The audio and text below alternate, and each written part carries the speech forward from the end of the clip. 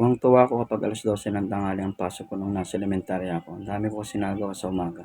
Ang lungkot naman kasi kung pang-umagang klase mo, pagbuhat ng mata mo, bangon agad, ligo, breakfast, bihis, diretso na sa eskwela. Wala nang oras para maglibang at mag-recharge. Sinilang sa telebisyon ang programang Batibot upang magkaroon ng pagkakataong matuto ang mga bata kahit nasa bahay lang sila. Kaso puro ABC, 1, 2, 3 at pagbabasa lang ang tinuturo sa mga programang yan. Kung sa mga gandang asal, kumbaga, eskwelahan pa rin ang mission pinilo lang ang subject. Pinag-aaral ng mga bata ang mga ganyang programa. Ito marahil ang dahilan kung bakit kalagat ang dekada 90 ay naisipan ng ABS-CBN, Department of Science and Technology, Department of Education, tumalakay sa paksang malaki ang papel sa buhay ng bawat isa at tinanggap Technology, Science and Technology. Simple lang ang layunin ng programa, ang mabigyan ng pagkakataon ng mga bata na mag-aral, makatutok sa telebisyon dahil sa paglalaro ng mga salita, nanonood ng sinema o sine at ang lugar na pinupuntahan ng mga estudyante. Titulo na Sineskwela. Tatandaan niyo pa ba yung Sineskwela? Sa aking opinion, ang logo ng Sineskwela na yata isa sa may pinaka-creative na logo ng isang programa. Takin mo, sino ba ang magka-ideya ng gawing letra ang iba't ibang mga kagamitan sa paligid?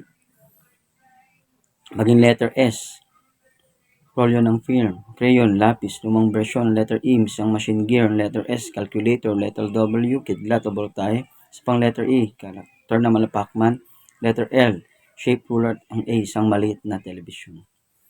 So, ang sineskwela talaga, isa rin sa tumatak natin na pag pinanood mo, talagang tututukan mo na nakasentro sa science.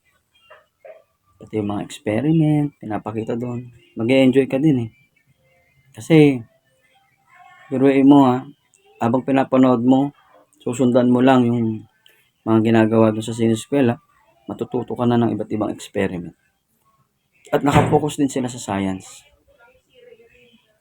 Alam niyo naman gaano ka-importante ang science din, di ba?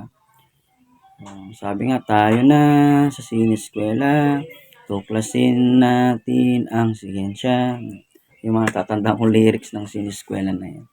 So, sarap din balikan, no? Dahil sa nag-enjoy ka na sa panonood, natututo ka pa sa mga programang mga yan. Kaya nga well recommended kong sineskwela Sana magkaroon din ng panibagong palabas na tulad din ng sineskwela, ng Batibot. At yan ang isa rin ng sikat na palabas dati na nagbigay sa mga kabataan na gaya ko na maging mabuti tao. At syempre, natuto din ako yung mga experiment. Tinatry ko din sa bahay kung paano subukan yung mga experiment na yan. So kung nabutan nyo po ang sineskwela, comment down below po and ingat po kayo. Maraming po